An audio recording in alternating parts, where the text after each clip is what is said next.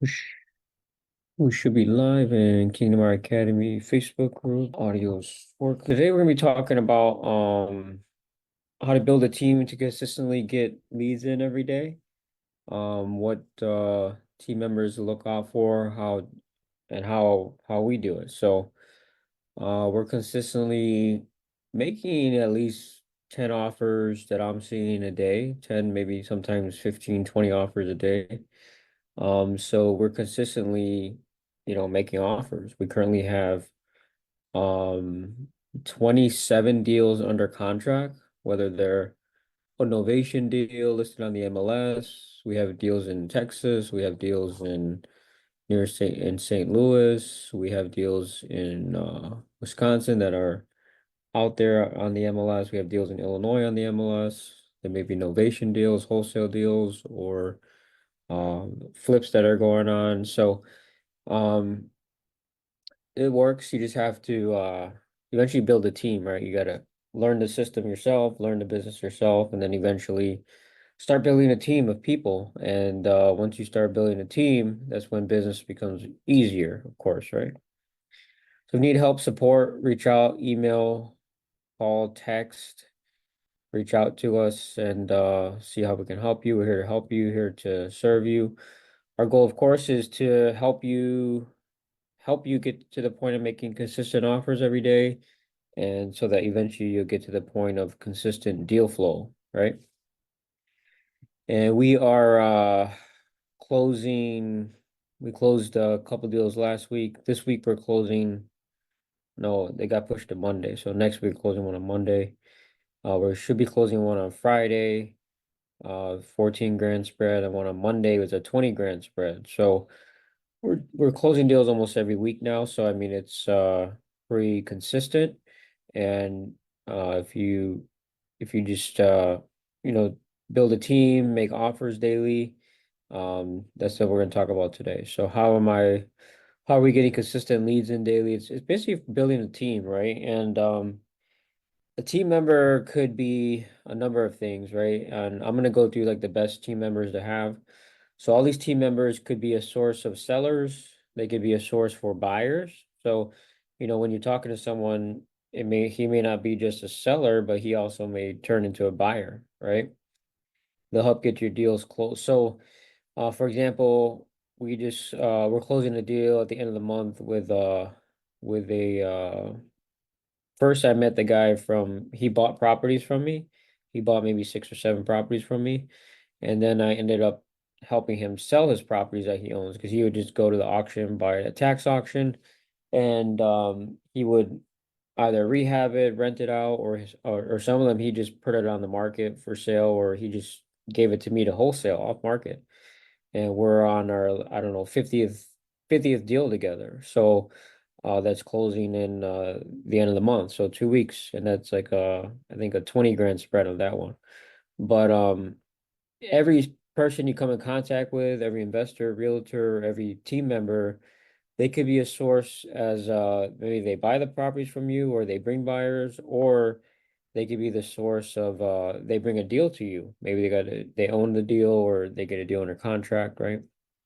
So first team member, great to have, are realtors, right? Like realtors are a great source, especially ones that have buyers already, like a list of buyers. So imagine like you're new, you don't have a buyer's list yet, but you reach out, maybe you get connected to 10, 20 different agents that work with investors. Maybe they've been in business for quite a few years and they have maybe hundreds of investors on their list.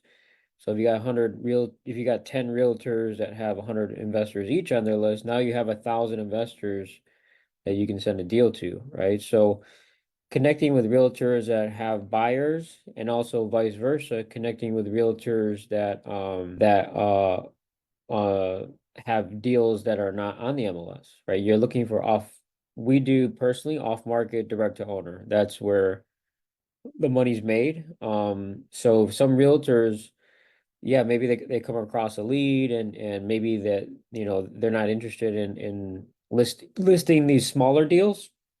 For example, if you're going to list a deal for like 40, 50 grand, there's really most realtors can't make a good commission out of that, right? They're going to get 3%. So 3% at most. So they're going to end up making what, like a few $1,000, right? And we make most of our deals, a lot of our deals from that, from those junk deals that are, we get it under contract for 30 grand and we sell it for 40, 45 grand. So we can make 15, 20 grand on these junk deals that they believe in their mind that they can't make a commission. So, um, connect with as many realtors as you can, let them know what you do. Hey, we're investors buying properties.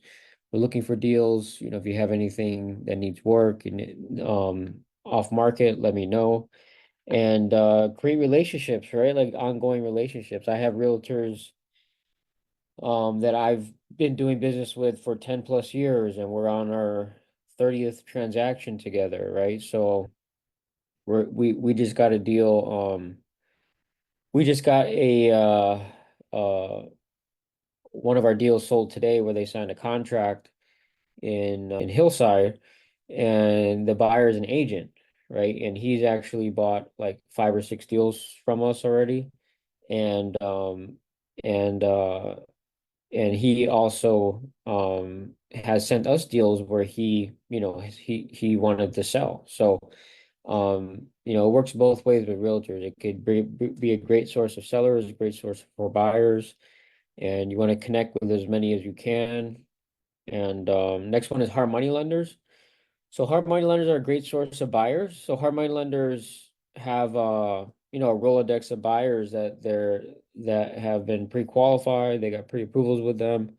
And of course their buyers are looking for properties, right? So I would reach out to every hard money lender you can find and tell them, hey, we get, of course, put them on our buyers list and for deals that you get in the future, or deals you have under contract. Um, and vice versa, hard money lenders could be a great source for deals that gone bad. Like we've done lots of deals with hard money lenders that um maybe the investor ran out of couldn't finish the project, they ran out of money. So the hard money lender doesn't want to take the property back. They just want to get paid their interest, right? So they're trying to do everything they can. So they're looking for other investors to take over the projects, right? So that happens pretty often, especially like Chicago market. So hard money lenders could be a source for deals and also for deals that you can sell and also for buyers. And a lot of hard money lenders take properties back, right? Like they have to foreclose on it and they have an inventory of properties that they need to sell. So you can call these hard money lenders up and, hey, can you send me your inventory of properties that you guys need to sell? And a lot of them will have a lot, right? Depending on how big they are. And how do you find these hard money lenders? They're all over the place. I mean, you can just Google, hard money lender, Chicago, Illinois, and you'll get hundreds of lenders that are available. And then conventional mortgage brokers, same thing. Conventional mortgage brokers, um, they may have buyers and there are some conventional mortgage brokers or a lot of them that work with investors as well. So I mean, these are not just the conventional mortgage brokers also have investor buyers that they know. So connect with mortgage brokers as well. And the same thing as hard money. Hard money lenders are the reason why they're hard money is they charge more interest. So you're looking at 10% interest or more, where conventional, they're at 6, 7%, 6%, I think right now. But connect with both of these lenders and let them know what you do and you're looking for deals. If you come across any seller leads where properties need some work, send them my way. And if you have any investors looking for properties, let me know because we're always buying, selling properties. We always have properties for sale. I can add you to my buyers list, right? And then title companies. Title companies know all the buyers. I mean, reach out to title companies that are local in your area, and they're the ones closing all the transactions, right? So if you reach out to the title companies and say, hey, whether you're wholesaling, maybe you're doing fix and flips yourself or trying to. I'm an investor in the area. We're looking for investors that we can wholesale these properties that we're going to get under contract to. Do you have any? Right? And a lot of them will openly give you their some buyers' information that they have. So title companies are great. And they could be a source of deals too. I've had not too much, but I've had some deals from title companies where the title company knows that the deal fell apart, right? So you reach out to them at the right time. And of course, when a deal falls apart, like a buyer backs out of the deal and now they need a new buyer for the transaction, that happens pretty often, quite frequently. So so title companies could also be a source where they could be a source of a lead. Attorneys, I've had lots of attorneys send me lots of deals over the course of the last 15 years I've been doing this. So uh, attorneys could be a great source for both buyers and sellers. I've had a lot of attorneys. I'm we closed a deal. Yeah, that deal last week we made like 14 grand. The end buyer that was referred was from an attorney that I closed deals with. Attorney could bring buyers. No attorneys, no buyers. They're the ones, closing these transactions with title companies, and they also know sellers too. So reach out to as many attorneys, real estate attorneys, of course, that are specializing in, you don't want to just contact every attorney, but attorneys that specialize in real estate closing transactions. Reach out to them and say, hey, we're investors looking to buy properties. If you have any deals, send them my way. Also, we wholesale properties. If you have any investors, uh, you have any investors, send them my way. Contractors are also great for they know investors, so they know, so a lot of these contractors, of course, are doing rehabs for investors. So reach out to all contractors in your area that you can find that are there's contractors that specialize in just working with investors. Contact contractors. They can be a great source of buyers, investors, right? Because they know a lot of buyers and investors, right?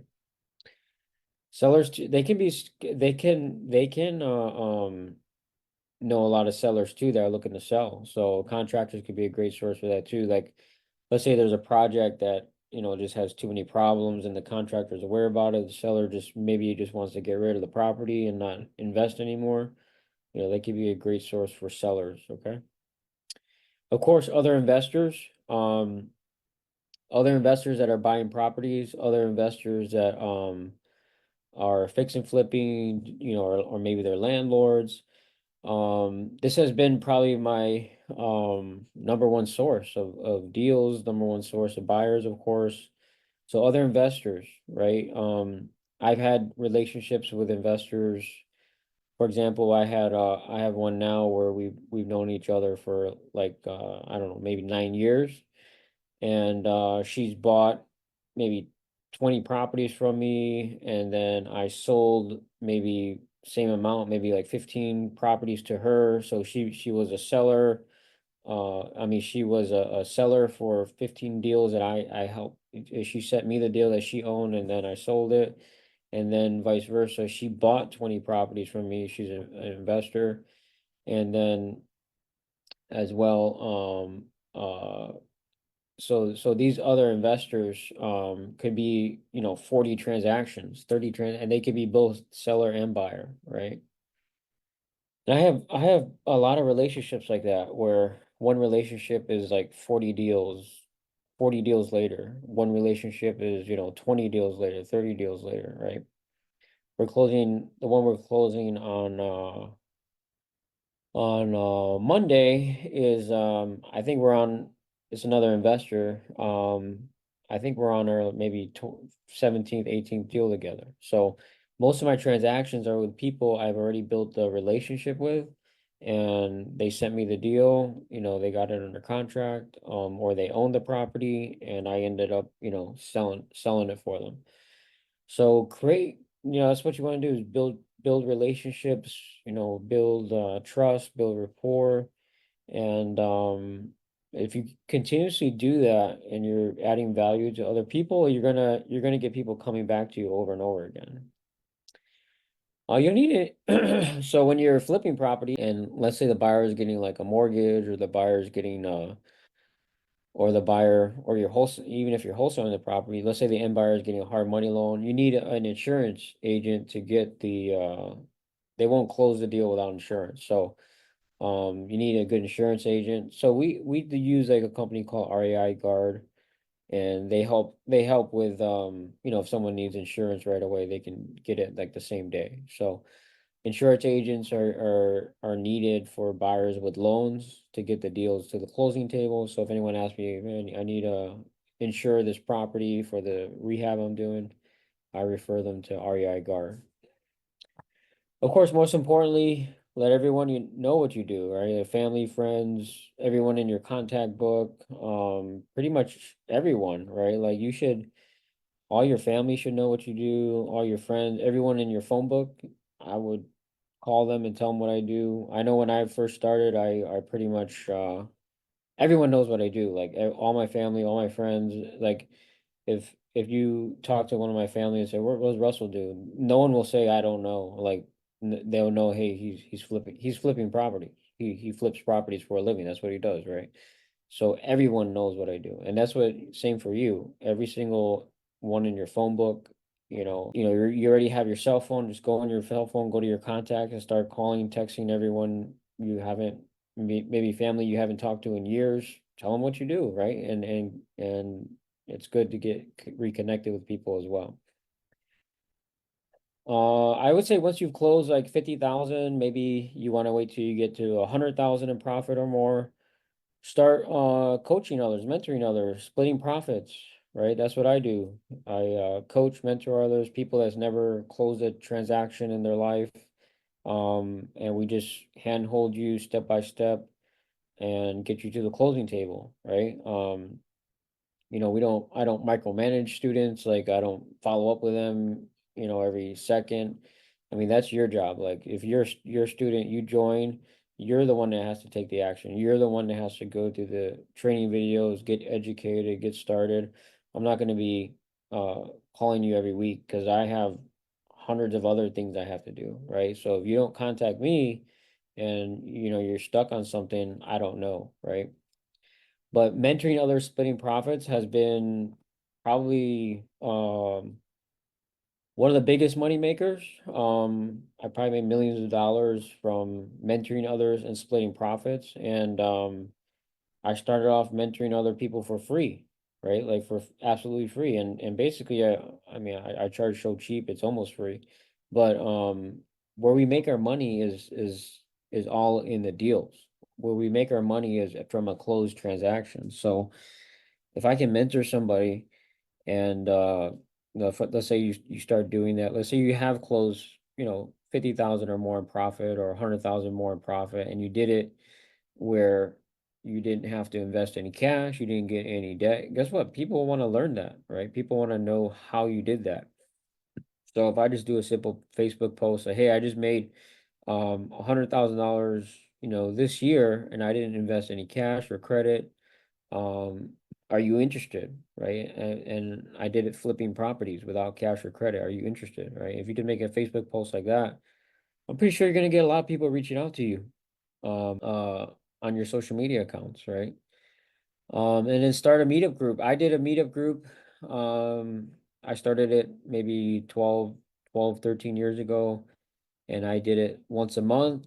For many years, it was a live group in Chicago near O'Hare, and eventually I started doing it like every 2 weeks, right? And that meetup group led to lots of relationships, lots of all these different people, realtors, hard money lenders, brokers, title companies, attorneys. That's where I met everybody. That's where I met tons of my relationships.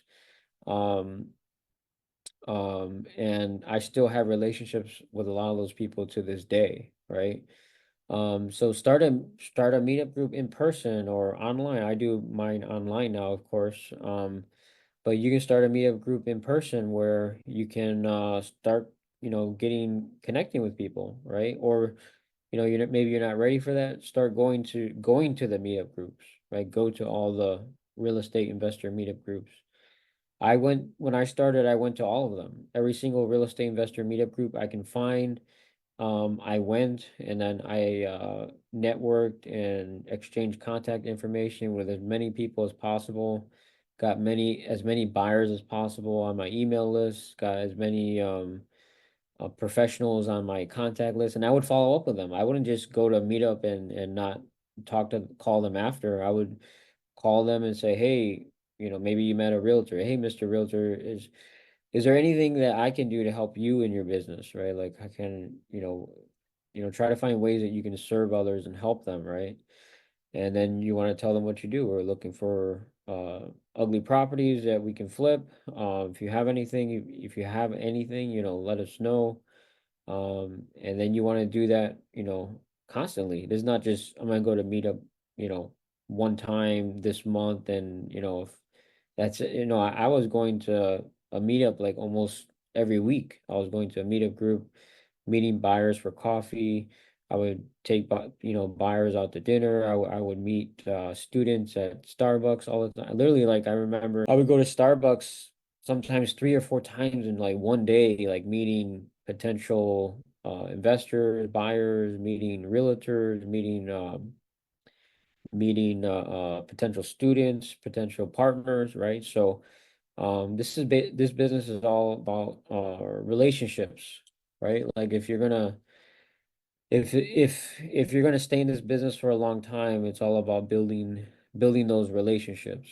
And of course, they have to know what you do. If no one knows what you do, you're never going to have consistent deal flow. So all this is great, but when you look at it big picture, this is all about branding, marketing yourself, letting people know what you do. So everyone in that area, wherever your target market is, everyone, all the professionals should know what you do. Every realtor that you can contact should know what you do. Every lender in that area, title company attorneys, contractors, every investor, every landlord, um, everyone should know what you do, right? And eventually that builds a brand, then you're well branded, you're marketed great, and you don't know eventually you no longer have to go chase deals, right? Like in the beginning you have to do all the cold calling and it sucks. You have to chase deals, right? And that's a lot of work. You have to do the cold calling, the texting, the emailing.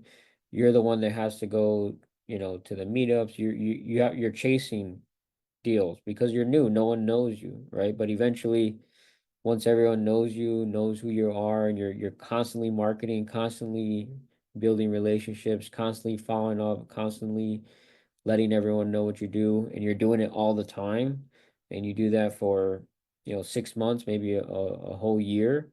Guess what? Everyone in that neighborhood, in that market that you're targeting, is gonna know who you are. They're gonna know what you do, and you're going to get to that point where you wake up and you got 10 deals in your inbox to analyze, right? Like right now, I got two more deals under contract. I didn't talk to this within the last like couple hours. I didn't talk to the seller. I didn't meet with the seller.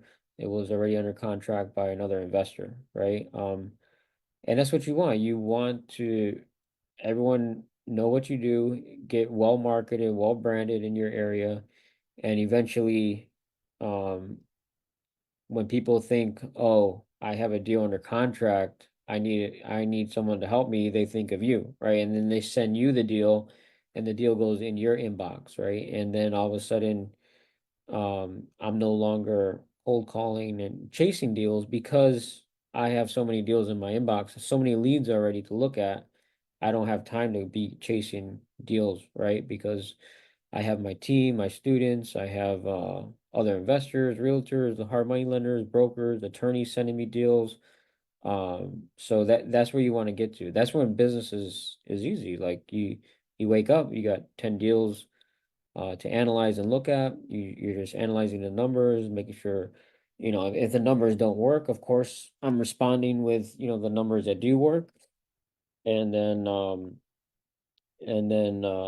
that's when business is easy, right? Like eventually you don't have to go, you don't have to talk to the seller, you don't have to go to the property yourself. Eventually, You're not driving around, you can, work from wherever you want. I was in Dominican Republic for almost a month and I just worked from there, right? And I still closed, I think during that time we closed maybe 4 deals when I was in Dominican, right? And I was just able to work from my cell phone while I was on vacation, right? So eventually build a team in the beginning. Of course, it sucks. I would say the first like 6 months, maybe even longer, depending on how many, how much marketing you're actually doing, how many people you're talking to, how many relationships you're building. Of course, the first 6 months are going to be the hardest. Like nobody knows you. You're going to have to chase all the leads yourself. But eventually, once you build your database of leads and you're consistently following up with them, everybody, that's when business becomes simple, right? And I think that's where everyone wants to eventually be is that point where you just wake up and you got 10 deals to look at and you don't have to go chase everything yourself, right? So if you guys have any questions, reach out to me. But we're gonna end here with 1 Peter 2:18-20. We're just going through the book of Peter. Um I I uh I believe every word of God is God breathed, and we're supposed to read every word and let it transform us, change us into new creatures. And I believe that's what every verse does, like reading it, studying it, dissecting it, right? You who are slaves must submit to your masters with all respect. Do what they tell you, not only if they are kind and reasonable, but even if they are cruel. Of course, we don't have slavery today here in the United States, but this also means through like I believe business. Like you maybe you work for somebody else and they're your boss, so he has authority over you, right? So I believe the Bible teaches us that we're supposed to submit to authority, right? And do what they tell us to do as long as it's not disobeying God's word, right? Like we see that throughout the Bible where um the book of Daniel, they passed a law saying you can't worship any other gods, but Daniel continued to worship to his God and he was thrown in the lion's den. God saved him, he didn't die. But we see that throughout the scriptures is we should obey authority, but if it goes against disobeying God's word, like we're supposed to worship other gods or something, then we're okay to disobey it, um, because we need to hurt God first before anything else. So do what they tell you, not only if they're kind and reasonable, but even if they are cruel, right? So for God is pleased when conscious of his will that you patiently endure unjust treatment. So he's pleased when you endure unjust treatment. So when somebody is being wicked or evil to you, cruel to you, if you patiently endure, God, it says God is pleased. So you're pleasing God when you patiently endure, which is crazy because our flesh is more so of like, I want revenge, I want to, punch back, kick back, I want to disobey, right? Then it says, of course, you get no credit for being patient if you're beaten for doing wrong. So if you do wrong and something, you do wrong and you're beaten for that, you don't get any credit for that. But if you suffer for doing good and endure it patiently, God is pleased with you. So if you suffer for doing the right thing, doing what is good, and endure it patiently, God is pleased with you. But if you suffer for doing wrong, it's like you're supposed to suffer for doing wrong, right? And that was me. Like I remember when I was going through my roughest time, it's like I look back and it's like I'm the one that made all those mistakes. I'm the one that almost went bankrupt. It was all my fault because I didn't obey God. I was doing wrong, right?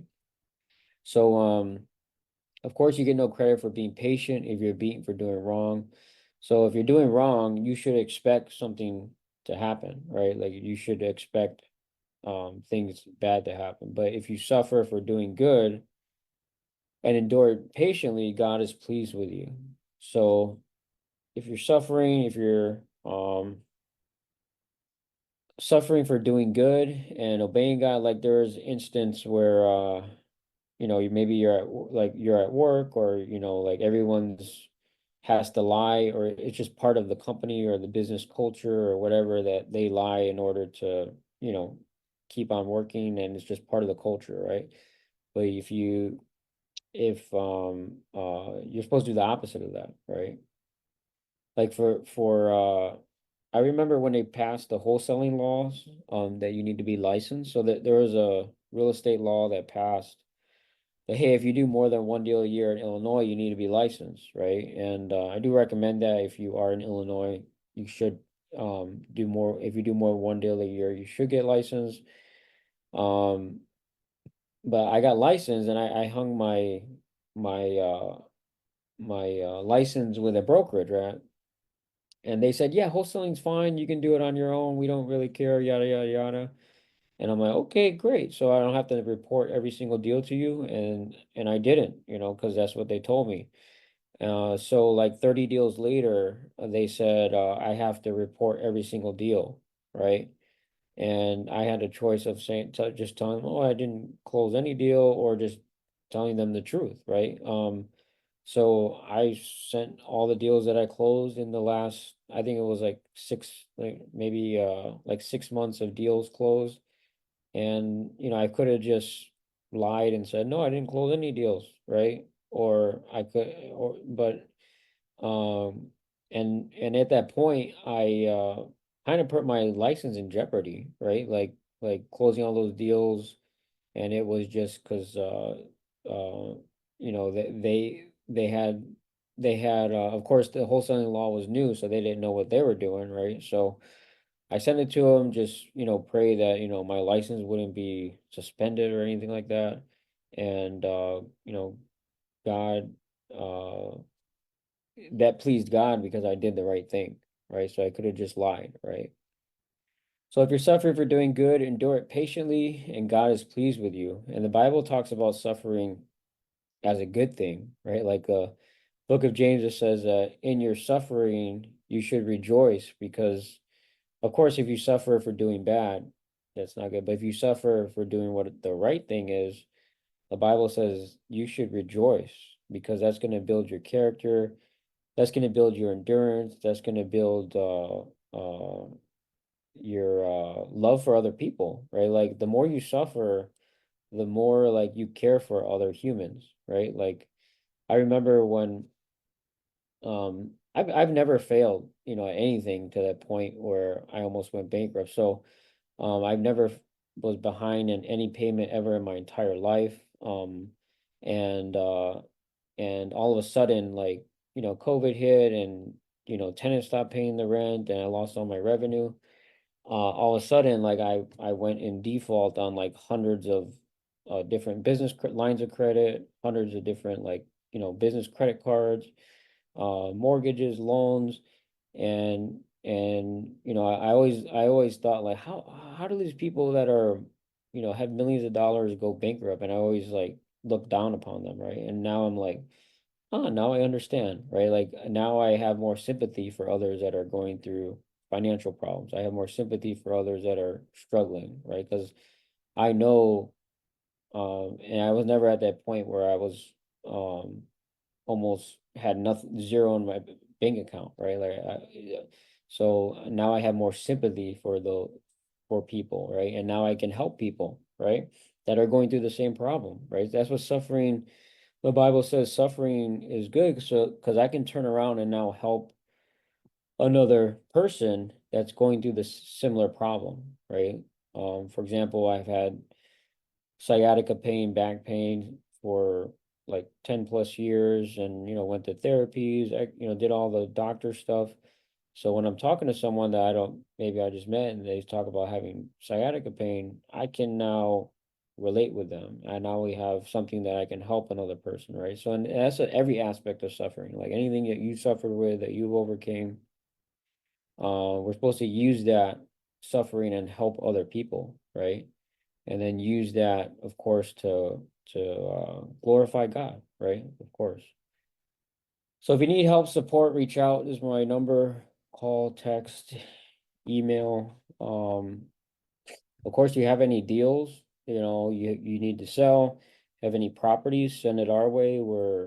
We have lots of buyers, not, right now it's low inventory. So we have tons of cash, tons of buyers on the sidelines that are looking for deals, and we need more. So send us deals that you have, or deals that maybe you need help with, or maybe you own a property, we can take a look at it. Send it our way. So God bless. We will see you guys next week, and hopefully this training helps you.